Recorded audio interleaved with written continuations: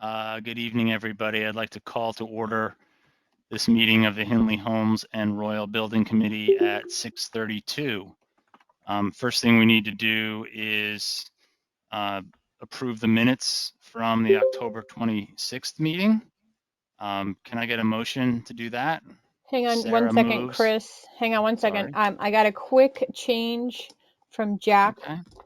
that to make. There's a quick language change regarding the statement about some upcoming dates to be reviewed. He's got some specific language that he'd like me to use that says on or before November 7th, in that not to include RTM committee chairs, but just RTM committees to vote. So if I can update that, and Sure. if I can make a motion to amend the minutes with that specific language. Can we get a motion to amend the minutes and approve the minutes as amended? Thank Sarah? you. Thank you. Dave Martin moves. Jameson seconds. All in favor? Aye. Unanimous. Okay.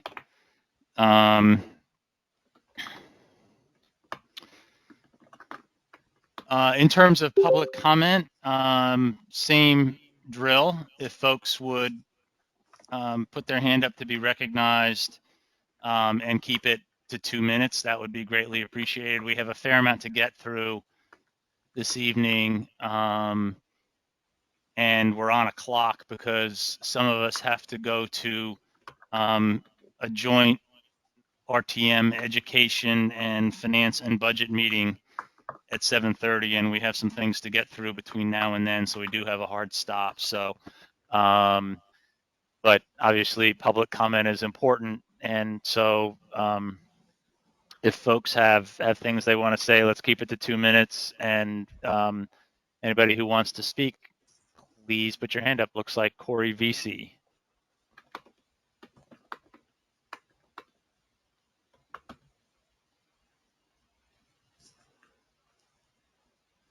Go ahead, Corey.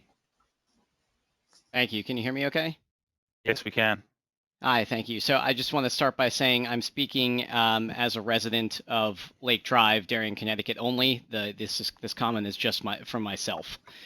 I wanted to just ask the committee to think about ways to create a better dialogue, more of a dialogue than just these committee meetings where there's an important agenda to get through and there's only 2 minutes for public comment, and there's sort of a one chance to get your question out, get an answer. Create that dialogue with Phillips Lane and Lake Drive residents around their concerns for homeschool. I think there's an opportunity for a little back and forth so that the residents can get questions, get understanding of the process that has taken place so far, the engineers, the things that they've thought of, the things the committee has thought of, the things that the Board of Ed has gone through, and get a better understanding of why the plans are the way they are. I'm also appreciative of the fact that there's a timeline that may be making that something like that difficult. But at the same time, I would like the committee to think about how well the timeline is serving the community if we can't have that kind of dialogue. And that's it. Keeping it short. Thank you. Okay, thank you.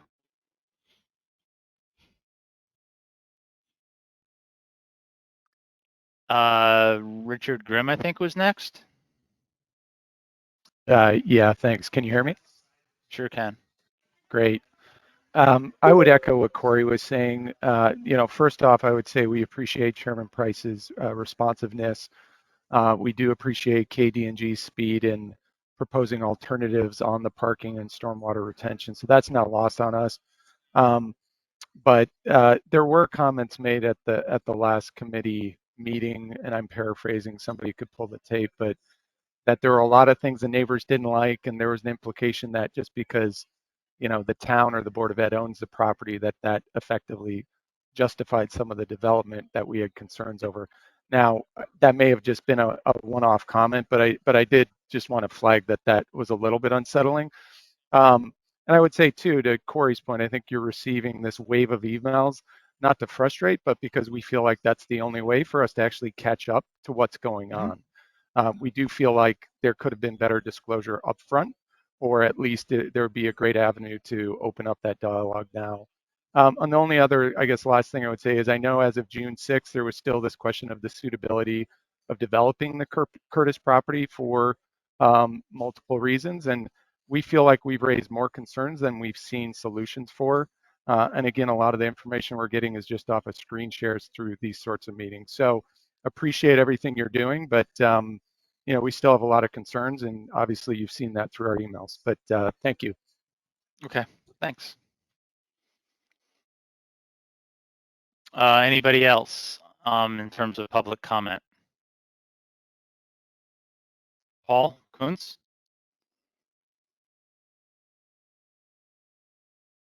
Chris, can you hear me? Yeah, we sure can. Sorry about that. Obviously, I've sent some emails in the past few days. I reside at 31 Phillips Lane, and I'm one of the owners of the private pond through which everything drains, both Lake and Phillips and Home School. So I am at the bottom of this ravine. So I am very concerned about the stormwater runoff. I already have flooding problems as it was last year. And so this to me would exacerbate the problem. So I don't know if this committee has actually walked this property to see what the ravine looks like, but it all runs downhill and it runs to my yard. So I just really want some of the people in the committee to actually go and look at this property and see what happens, where the water goes, because it's pretty clear through the woods where it goes. Yeah, I mean, the answer is yes. We've walked the property, but more importantly, our engineers and P&Z have seen the property, and the surveyor has seen the property. And you know, as I think I noted in an email back to you today, the site engineering studies, you know, in response to your concern, we had those posted on the committee webpage. So you can see you can see the site engineering study, and in particular as it relates to stormwater management, and see what at all three of the schools, how the civil engineer addressed that and what standard they designed to, and the extent to which they did that in conjunction with P&Z, and in order to meet all the state requirements. So, you know, they didn't do it arbitrarily. It was done taking into account what the property looked like, what the elevations were, etc. Could you actually point me to that document? And I don't mean to seem dense, but I can't seem to find it on the website. I can't do it right this minute, but we did ask the folks at Town Hall to post that to the HHR committee page today. We can also send it. We can also just send it to you, since it's a big document, so I may get stuck in your spam folder, but if you give me 1 second. I think it should be posted, right, so everyone can see it. And that. Yeah, can you tell me what's that? I'm sorry, Sarah. I just want to let people know, if you go to dariencT.org, .gov rather, under government, other committees, HHR committee has its own page. I encourage all of the residents to go through all of the meeting minutes, are posted, all of the documents, all of the ed specs that were created by the Board of Education for this build a year and a half ago. In addition, if you want to see any of the meetings, forgive my home phone is ringing. If you wanted to see any of the videos from any of the meetings that we've had, any of the walkthroughs of the schools, any of the videos are all on TV79 Vimeo. And I encourage residents to take a minute and look at them. But they are under other committees, under government on dariencT.gov. And look, Paul, if you can't find it and you can't download it to look at from the webpage, let me know and I'll just email it to you, and you can circulate it to your neighbors as you choose. But it's publicly available. So if you can't get it off the webpage, let us know and we'll get it to you. We're not trying to. It's not a state secret. Angie, you had a comment you wanted to make? Appreciate that, Chris. Yes. Thank you. Thank you. I'm having technical difficulties. I couldn't find how to raise my hand. Hi, Angie Grimm with 11 Lake Drive. I just want to point out, I know I sent a message earlier this week as well regarding the concerns with the flooding and the stormwater, and there's a little history there. It's when we moved into our house, we've been here for almost 15 years. one of the prior owners stopped by a few years into just to see, you know, the place. Had been many years.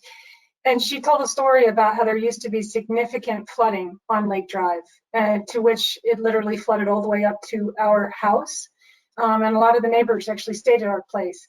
Now, she mentioned a lot of work had been done to rectify that issue. And I would really like to avoid a repeat of the past. If anything disrupts whatever's being done today to manage and mitigate stormwater, that's why there's a heightened sensitivity, at least for me personally, knowing that this is an area that could be prone to those issues. So anything we can do to avoid adding in anything that disrupts the natural environment, avoid the service road, make sure that we've done all that we can on mitigation with water basins. We're the ones that could potentially be most significantly impacted if something goes wrong with this expansion project. So thanks for the time. Sure. You know what, honestly, one more comment before we have to move on to some business. If we have time, if we have time at the end, we can circle back to public comment. But like I said, we're on a clock. So John Lindell, if you want to go, that's fine. And then I think I'd like to move beyond public comment to get to some of the committee business we have to do, some of which is further responsive to things that were said here. And we have some action to take on a couple of things. And like I said, if there's time at the end, we can open it up again to comment. John?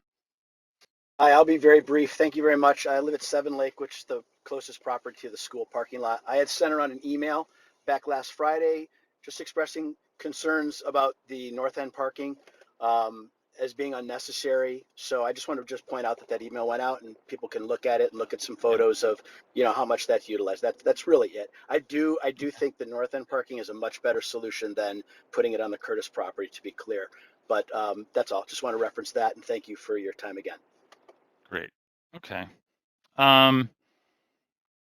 So, with that, a good segue into the next segment of the meeting, which is getting some further update on a couple of the homes design matters, in particular parking. I think we're going to get an update on the parking situation, discussing the parking study that Ty and Bond had done. Talk a little bit more. I think what we really need to do, what this group really needs to do, is give some guidance to Ty and Bond and to the rest of the design team on which of the stormwater detention options we want to pursue as we go into design development, and then also address some of the concerns that folks had with regard to construction staging, the different construction staging options, and honestly why we think the way that it's being proposed is the most efficient and ultimately the safest approach. So Travis, if it's okay, maybe I could turn this over to you to moderate. Why don't we, just because it may be the one that takes the most time, Joe had sent around for the committee's benefit the pros and cons of the various detention options, but maybe we could go back and describe them one more time. And then I need to then open it up to the committee members to discuss, and we ultimately need to give you guys guidance on which one of those is the right one. Yeah, and it might be better for Joe to share his screen. Joe, do you have the options available? Yes, I do. So Okay. yeah, share my screen here so you can see this is the detention pond option that we had looked at 2 weeks ago.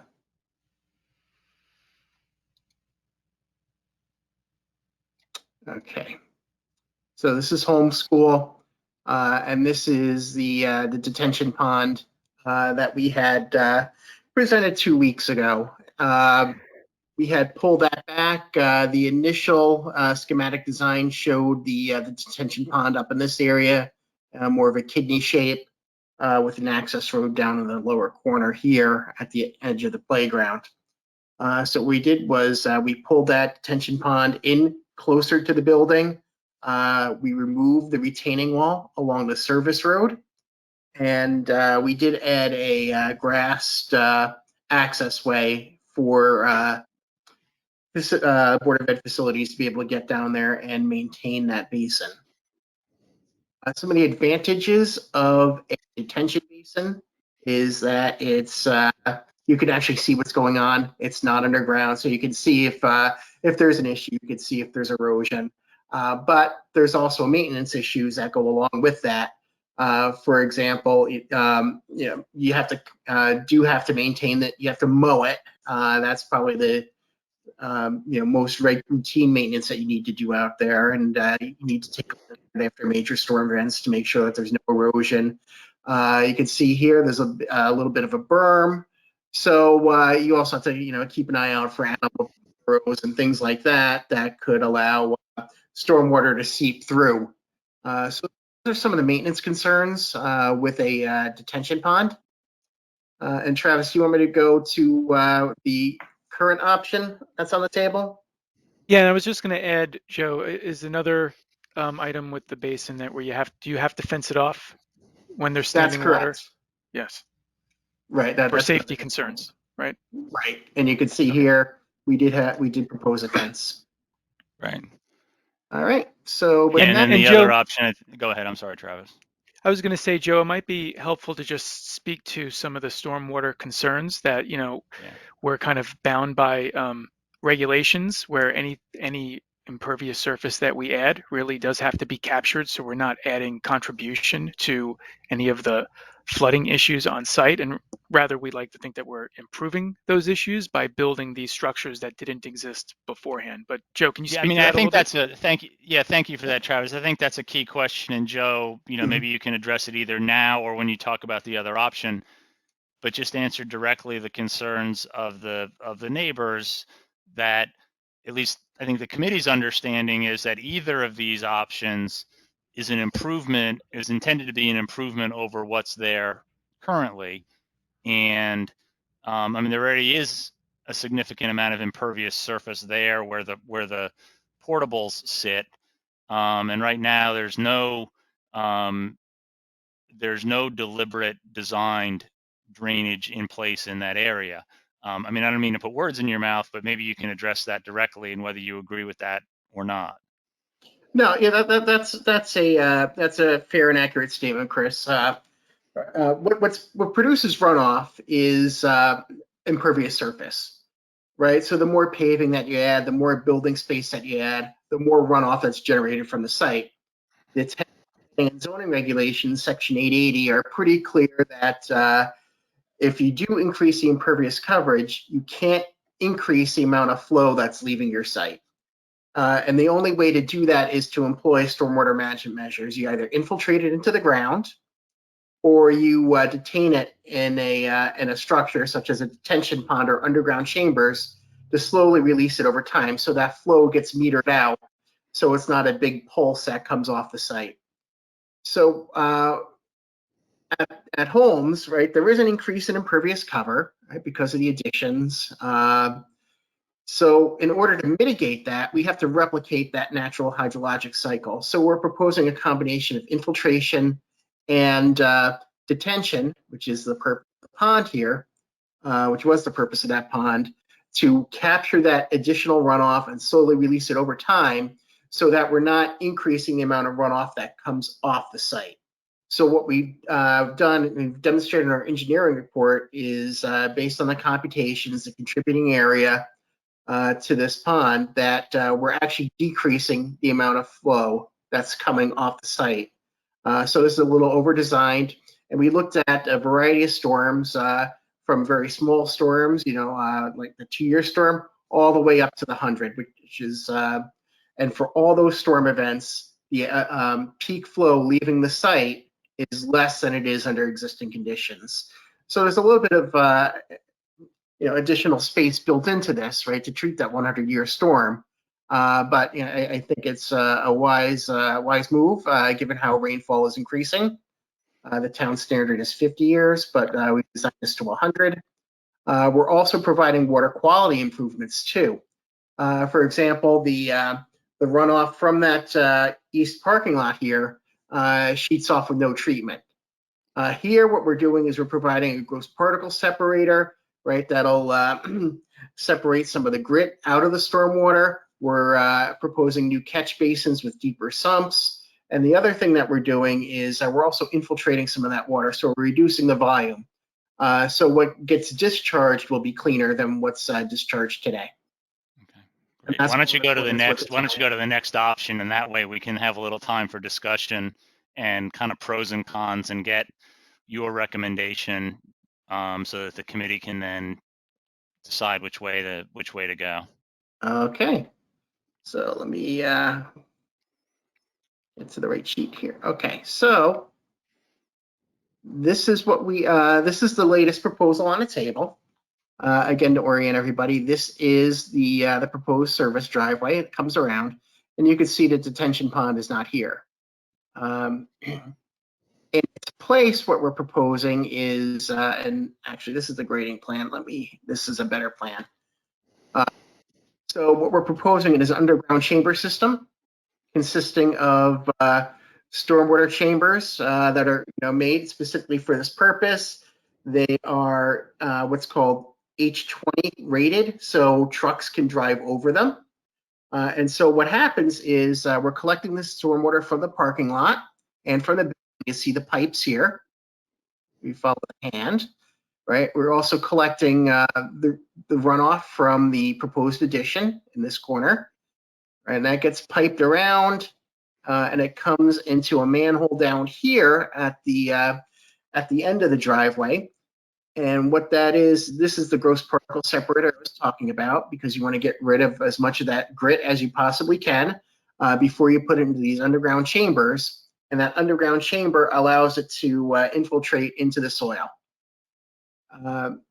We're also doing bringing the some of the runoff from the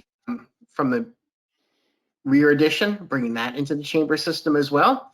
And because this is strictly from the roof, we don't need that gross particle separator.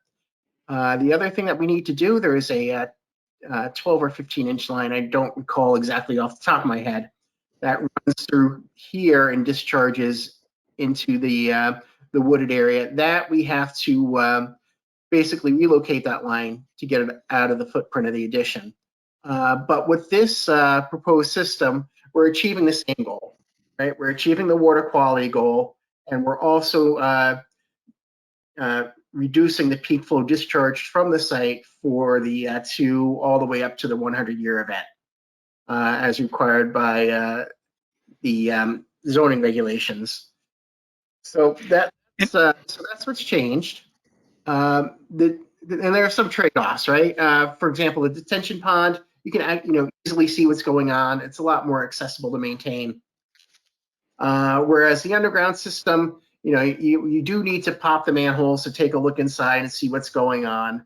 But the advantage is that you don't have anything to fence off. You certainly don't have to mow it. So there's pluses and minuses. Both solutions achieve the same thing. This one is more compact, gets it further, further out of the woods, so it's a little bit less tree loss. But at the end of the day, they both meet the town requirements for stormwater treatment. Thank you. Let me turn to Kevin Munret. Kevin, do you have as sort of the first point of discussion, because you and your team are going to be the people that have to live with this system, either of the two. Do you have a strong feeling one way or the other? Starting from the baseline that, per Joe, they both get to the goal that we're trying to get to. So from a maintenance standpoint, the ponds have a little bit of precedence. We have them at Henley. We have them at the high school already. They do involve some maintenance and landscaping, which, we're not unfamiliar to. My question about the Coltech system, does this preclude us from building on this spot down the road if we ever do need to expand the building yet again? But as far as what Joe has presented, I don't have a preference either way. Yeah, that's a good question, because we are supposed to be designing this. One of the goals is to have the flexibility for further expansion if needed down the road. And while it may hold up a truck, it may not hold up an expanded school building. Correct. Right, yeah. Right, agreed, right. You would definitely not want to construct a building over this. Right. So if you were to expand in this area, you would need to relocate the system. Right, which could, I assume, get expensive. Right. Let me open it then to the committee. If anybody on the committee has a view one way or another on which of these two solutions folks would like to, think are the better way to proceed, or which way would we kind of have to pick one and direct the design team to go into design development on one or the other. Hey, Chris, do we know, did you want to go first, Sarah? Sorry, I saw you raised your hand. That's okay. That's okay. I just was curious about the retention system. I know it depends on the volume of water that may be coming through. I know it's based on a 100-year event. I think my vote would be for the design that is able to process and manage the most stormwater. Is there one that is a difference in volume, or no? Are they both the Yeah, same? in particular, if you get that really crazy unanticipated event, is there one that's going to its capacity is going to top out sooner than the other? What we did was they're actually very similar in volume. They're both right around. They're pretty much equal in volume. Okay. Right. So, My question was just, do we know cost difference yet on the two, if any? That I do not know. I don't know if David has anything to add on that. No, James, we haven't estimated those. I mean, generally, the underground systems are more to install than if you were to look at a gallon for gallon of detention, provided that you're not doing any rock removal or something for the pond. Generally, the underground system will cost you more than that same level of retention in a pond. Okay. Thanks. Yeah, my other comment was, Chris, to your point of leaving things open for options in the future.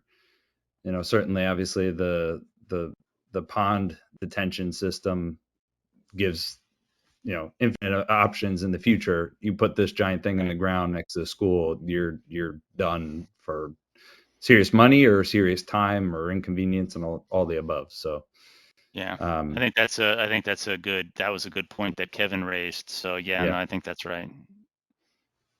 That's it for me. Dave Martin or Dave Kerwar or Paul Harding, any thoughts from any of you guys?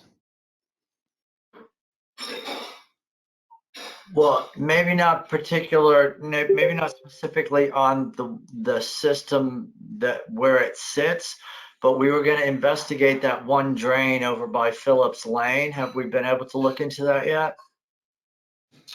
I've started. I haven't gotten that far into it. I'm going to coordinate with Kevin a time next week to actually get out there and take a look. I've just been doing a desktop review of available mapping.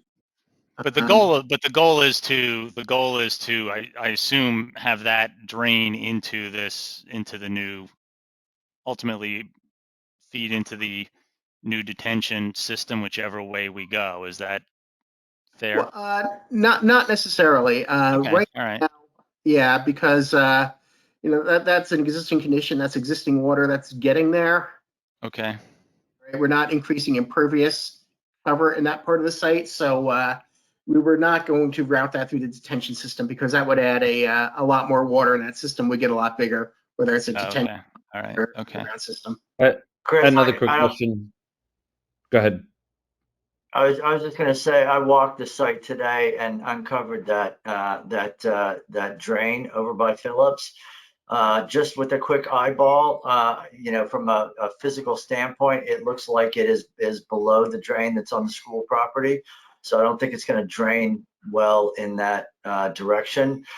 We may want to ask Joe if he could take a look for potential options along this back fence line. There's a small berm right where the field heads over in that direction. But if we could maybe look at, what additional things we might be able to do on that side, because I take Mr. Kuhn's comments to heart after looking at the backyards there. From that field, it basically runs straight downhill through the houses to the street. So that might be something worth taking a look at. I had a question back to Kevin Monrad, if maybe you can answer this. You mentioned that I think you said Hindley and Royal, or Hindley and another school have The high school. the pond, the pond system. Were those? Do you know if those were installed to help improve, or was it because of construction? And B, what has been your experience with them? Have they improved the runoff situation? How have they been to maintain? Have you had any issues with them? So from a maintenance standpoint, as we said, it does take more labor to get in there, get into the fence lines, clear out all the vegetation. We do that periodically on a schedule. Those were put in response to drainage issues for neighboring properties. And, Hindley has its own drainage issues, which we're tackling as part of this project. So we're going to look to Joe for some guidance on those as well. But as far as the high school goes, I believe it was, very successful. Right. Okay. Thanks. Paul, Right, I can add a little Harding, more. Dave Kerwar, Jill, anybody else have input on the options?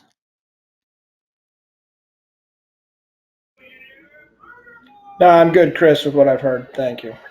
Do you have a preference one way or the other? I honestly, I have a preference, but I want to talk to some other people before I make that known publicly. Okay. All right. I have to do a little due diligence on a couple of things regarding this. Okay. Joe? I'm late to the meeting. I apologize. So No I will worries. defer No to worries. those who are here. Okay. I mean, ideally, sooner rather than later, we need to give the design team direction on which of these to pursue. Paul, I hear you that there's additional due diligence to be done. But I mean, it's safe to say that our choices are kind of A or B here.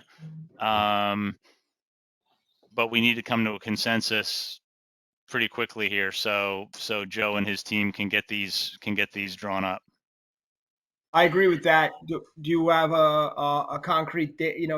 Can we go 1 week? Is it 2 weeks? Do we need can we get a feel from the design team to keep on schedule? Joe, I assume you want this decision before you go in front of P&Z. I mean, I know we have DD documents due the 22nd, but I know Holmes is in front of P&Z on the 29th. Obviously, sooner the better. I would say end of next week at the latest. Joe, is that? Yeah, that's fair. Okay. All right. We have, obviously, we did not obliterate the previous design. We still have the files and the computations on that saved separately. So, Right, because you would have to make an amended submission if we go one way or the other, possibly to P&Z. That is correct. And P&Z has hired peer reviewers. So I'm wondering if I should alert them that this could possibly change, so that they don't invest a whole lot of effort in that. Okay. Until that's finalized. So P&Z has in front of them the open detention pond at this point, correct? No, they have this option, right? This is they have the underground option. Okay, all right, okay. And Joe, just going to ask, is there any reason why P&Z would have an opinion in this matter, one way or the other? Or would they voice that opinion or give input? I don't see them having a strong opinion either way. They both accomplish the same thing. There are, positives and negatives associated with each, but not one that is particularly overwhelming to tilt the, balance in favor of one versus the other. Right. It's more of owner decision on maintenance and those items. Yep. Okay. All right, well, let's if we can't. I'm sorry, Sarah. I was just curious. Maintenance is a good point, Travis. Can you tell us if there's one that has more maintenance? I'm concerned, I guess, about the underground system, and if the retention pond gives us some more flexibility, as Jameson's question was. I would vote for something that's more flexible with less maintenance.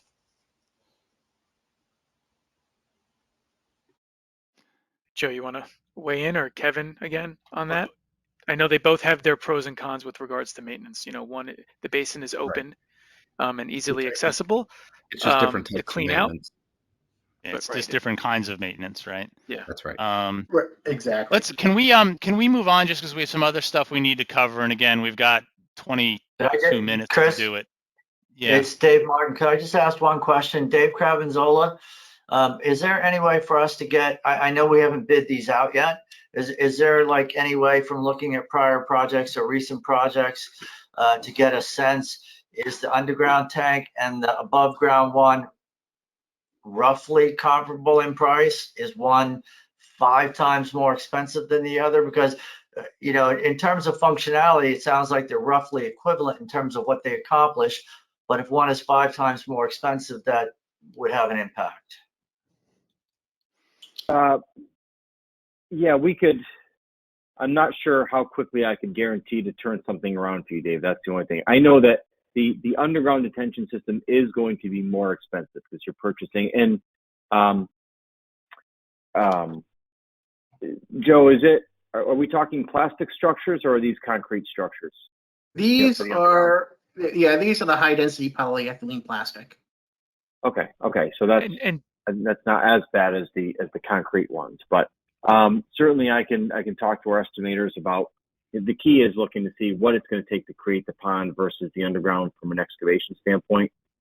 We could run that analysis, but if you're looking at this from simply a cost standpoint, the pond is less money than the underground detention system is. Yeah, you also have asphalt restoration here as well. Right.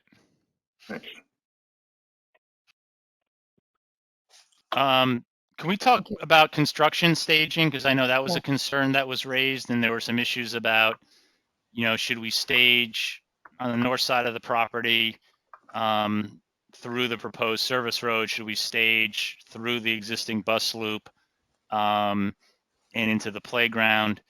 And I know Travis, George gave you some thoughts on that, and I think it's important to highlight those for folks as to why we think the service road is the right way to go in terms of staging. Most importantly, based on safety and keeping construction as far away from the school children as possible. Yeah, right. So if you want, Travis, I could even yeah, go ahead, Dave. Level touch upon that too. Sure. So, and I apologize for not being able to put something graphically together for you, but well, we have George's sketch if we do want to look at the alternative there. Yeah, the one from our presentation, you mean? Yes. Yeah.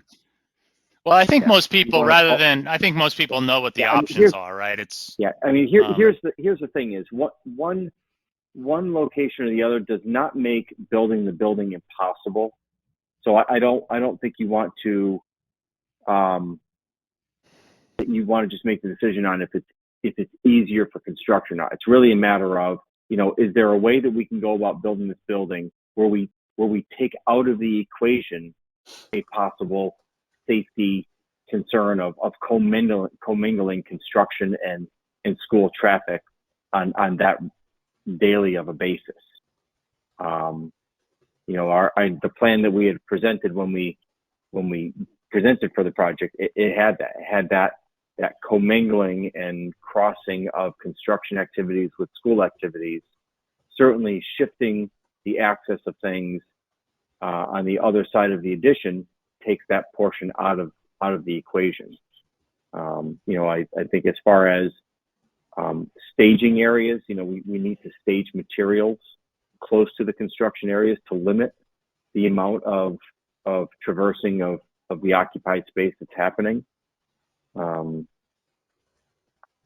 You know, but it's right.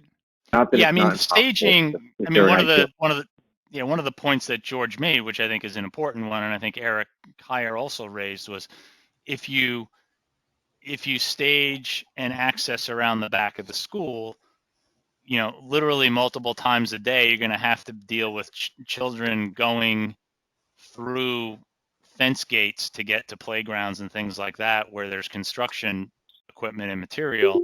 Whereas if you stage an access around the north side of the school, that's not going to happen because they're not going to be going to school in that part of the building.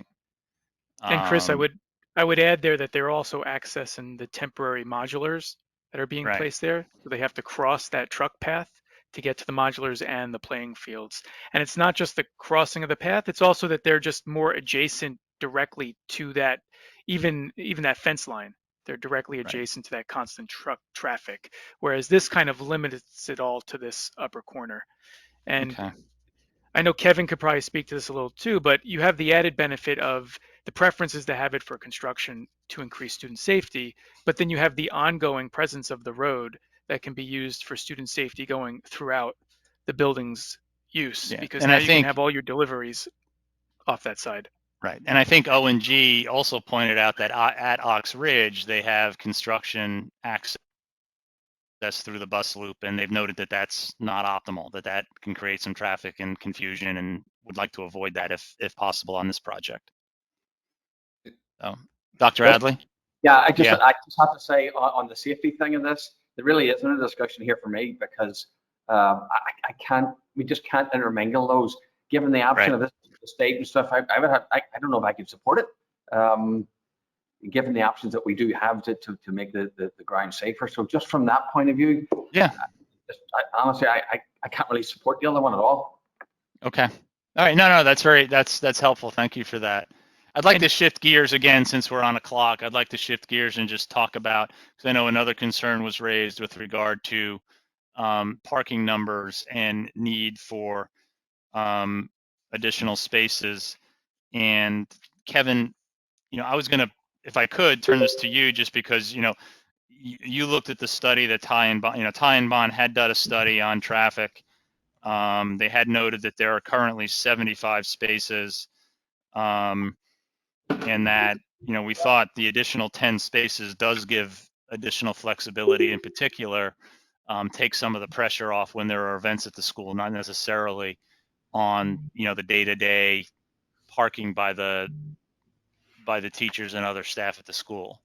That's correct. And we actually dug deeper into the numbers, and I believe we're at 70 or 71 FTEs at homes at the moment. And having 75 parking spaces does make it a little bit tight. Adding the extra parking spaces also brings us into alignment with what we're trying to accomplish at Royal and Hindley as well, and trying to get everybody up to the same number of parking spaces based on need. And certainly Paula, she just had a big event the other day. Any extra parking spaces that we can get are much needed. Yeah, I just want to make a quick comment on that too. To Dr. Adley's point about safety, I know many times since my kids happen to go to the school, and this is just a matter of fact of something I've observed many times, is going to events, there's parking is required to go onto side streets, and having to walk kids on side streets versus in a secured parking lot doesn't seem very safe in a lot of scenarios. So just providing that as input.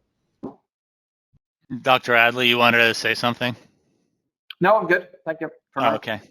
All right. Okay. Kevin and Dr. Adley, what's our general way that we build sort of a parking formula, if you will? I assume we look at number of FTEs, plus we create some sort of buffer based on the fact that we're going to have we could have visitors, we might have parents coming in, we might have a daily PTO meeting. So I'm assuming that we always do create a buffer of a number of spots.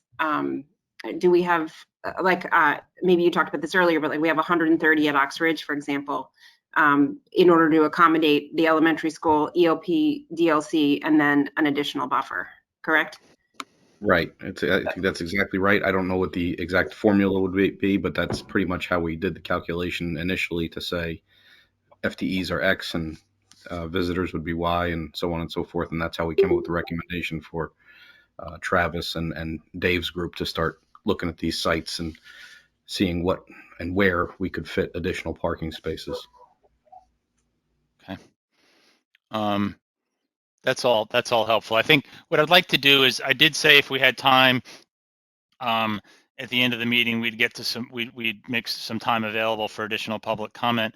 I do want to turn to the one item that we have to vote on, but before I do that, kind of just if I could, wrapping up this part of the discussion, I mean, first off, I'd like to thank the design team, and KG&D, ONG, Ty and Bond, for the amount of time and work they've put in coming up with proposed alternatives, coming up with what we think are optimal solutions, responding to the concerns that are raised.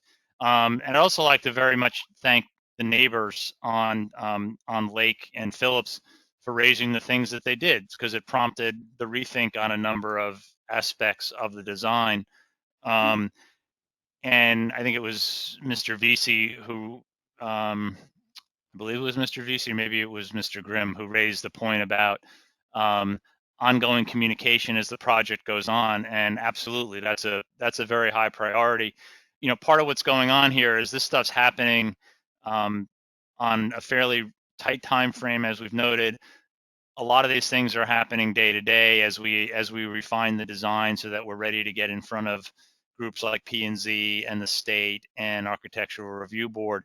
And so, we're presenting things are being presented at these meetings. And so, if you guys are attending the meetings, in a lot of cases, you're seeing this stuff either at the same time or only very, very shortly after we're seeing it initially. As the project gets going, there's going to be, there's provision being made for a lot more ongoing communication. You're going to physically have people on site at the projects. But I do think it's important to note that, and I'd like to kind of go on record with this, is to point out that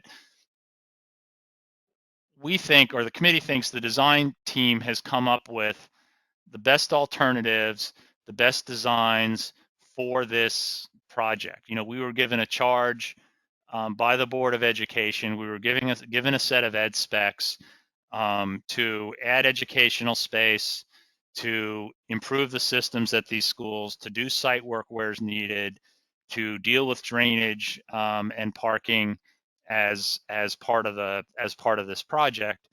And I know, I think it was maybe Mr. Grimm who said that it didn't sit well with him when it was noted that this is the town's property and the town is going to develop it in the way that is best for, in its best judgment.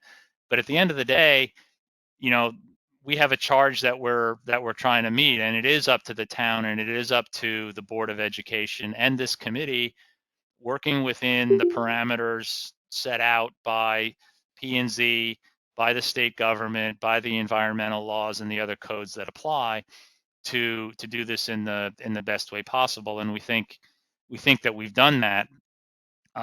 Absolutely want to keep the dialogue going. There's going to be open hearings around the P&Z process that people are able to attend, and so there'll be further opportunity to talk about it. But I do think, because of the time pressure that we're under, in particular because of the state and the legislative calendar that we need to be on, that we need to adopt these designs with some of the refinements we're talking about, in particular around drainage, and move on.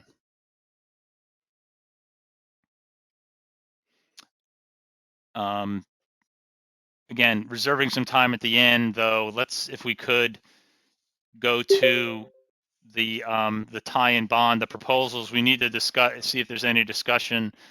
Ty and Bond has sent us proposals for additional services for traffic engineering, in particular for working with P&Z, addressing comments raised by the town staff, attending P&Z meetings and public hearings as it relates to traffic and traffic engineering in particular. As you know, traffic engineering is a big part of all three of our projects, and the proposals were put forth for fixed fees of $6,000 per school by Ty and Bond, and Eric Kyer and Kevin Minrett diligence these and feel like these are appropriate and market fees for the scope of the service that that Ty and Bond would be performing in this regard. So I'd like to open it for discussion if people have questions on this, if they feel like there's further negotiation or further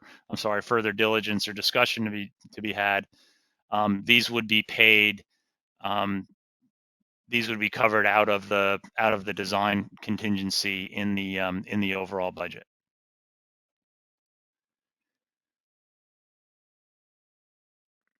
I think I was just gonna say, I think if there are serious concerns from whomever requested these, and obviously neighbors and the town, and again trying to benefit everybody, then it's worth spending the money to make it right now and have them provide that information to us. Okay. Any other thoughts or input on those? Otherwise, if I could get a motion to approve the Jill, can I do these as three? Can I do these as a motion to approve the amendments for the traffic engineering services for each of the three schools proposed by Ty and Bond? Or do we need to do them as three separate motions? I would do three. Just okay. Can I get a motion to amend the traffic engineering services agreement between the town and Ty and Bond for the Hindley School for a fixed fee of $6,000? So moved. Moved by Dave, seconded by Jill. All in favor? Aye.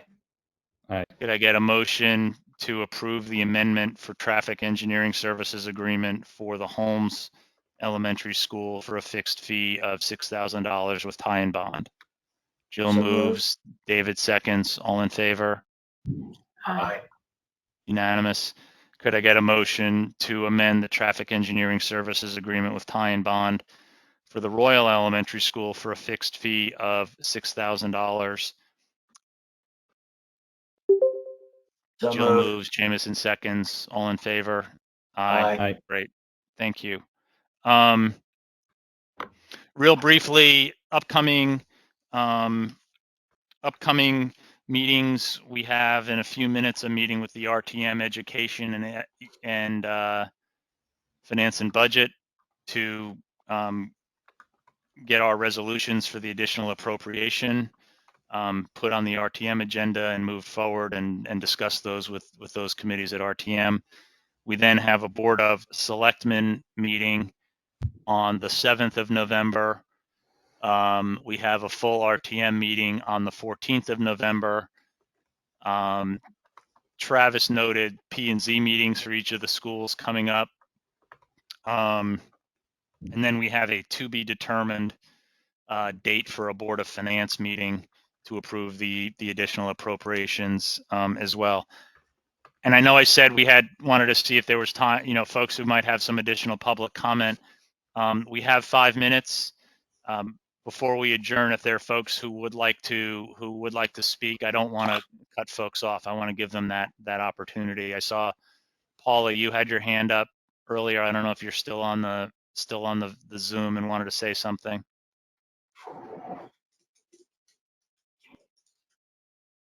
No? Did we lose Paula? Nope, we didn't No, lose Paula. I'm here. Yay. Sorry.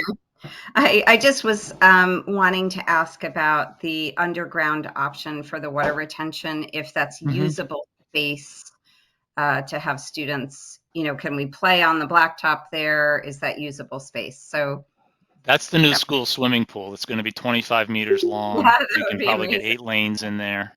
No, that's not okay. We don't yes. joke about that. I think the answer is yes. I think what Yes. I think what Joe was saying is that would be blacktopped over. Yes. That's correct. It would be blacktopped over, and you could run on it. You can drive on it. You wouldn't even know it was there. Just can't build a building on it.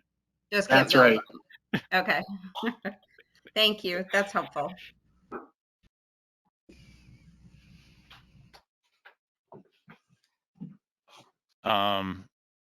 Any other folks have things they want to add before we move to adjourn, and those of us who have to go sit with our friends at the RTM committees can switch over and do so.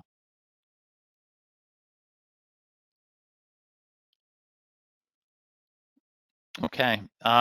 With that, can I get a motion to adjourn? Jameson moves. Jill seconds. All in favor? Aye. Aye. Thank you, everybody. Again, I apologize for keeping to the clock, but we do need to go to another meeting on this topic. Thank you, everybody. Bye. Thank you.